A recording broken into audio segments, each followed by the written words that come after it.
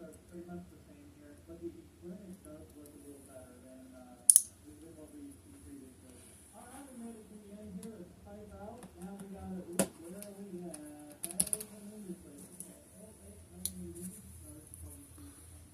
There we go. Let's take my little Hurleman. See my little Hurleman. We're gonna hurl him in this way. That's what we're gonna do. You know, it's gonna make me sound old. I think this game came out the year before I graduated high school. Ouch, dude. Alright, here we go. Let's see that animation. Is it better? Oh, fine. I'll do it myself. Yeah, it's better. It's actually, yeah, this is one. So 15 is when you actually have to load it, like, correctly. Well, that is very cool. Hey, Carl, what up, bro? You kind of, wait, can I have to roast this in here? I know I can do it in 11 and I didn't touch it in 13, but we gotta know. Should I do it in 15?